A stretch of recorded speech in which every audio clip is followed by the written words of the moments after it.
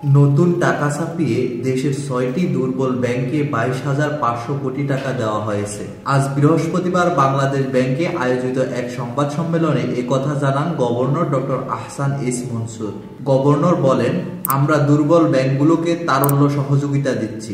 আমানতকারীদের সুরক্ষার জন্য এটি দেওয়া হচ্ছে। এরই মধ্যে ২২,৫০০ কোটি টাকা দেওয়া হয়েছে। তবে শাখাগুলোয় যে অস্থিরতা ছিল সেটি থেকে বেরিয়ে এসেছি।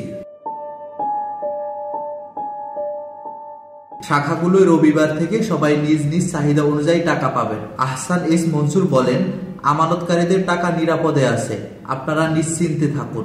আপনারা যে ব্যাংকেই টাকা রেখে থাকুন, নিরাপদে থাকবে, সমস্যা হবে না।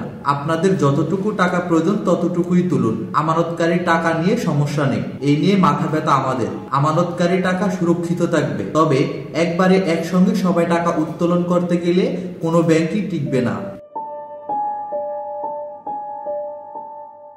নতুন টাকা ছাপানোর প্রসঙ্গে গভর্নর বলেন, আমরা আমানতকারীদের সুরক্ষা নিশ্চিতে টাকা সরবরাহ করেছি। বাজারে টাকার ফ্লো বাড়বে না, আবার মূল্যস্ফীতিও বাড়বে না, কারণ আমরা এক হাতে টাকা দিচ্ছি, বন্ড ইস্যু করার মাধ্যমে সেসব টাকা অন্য হাতে তুলেও নিচ্ছি। তিনি বলেন, মনিটরিং পলিসি আগের মতোই টাইট থাকবে, বাজারকে অস্থিতিশীল করব না। রবিবার থেকে ব্যাংকের শাখায় যাবেন, দেখবেন সব শাখায় টাকা নিতে পারছেন গ্রাহকরা। তবে সব গ্রাহক একবারে নিলে টাকা থাকবে না। আবার এটাও বলবো, কেউ যেন একসঙ্গে ১০০ কোটি টাকা তুলতে না যায়। Mohammad Rashed, sky channel.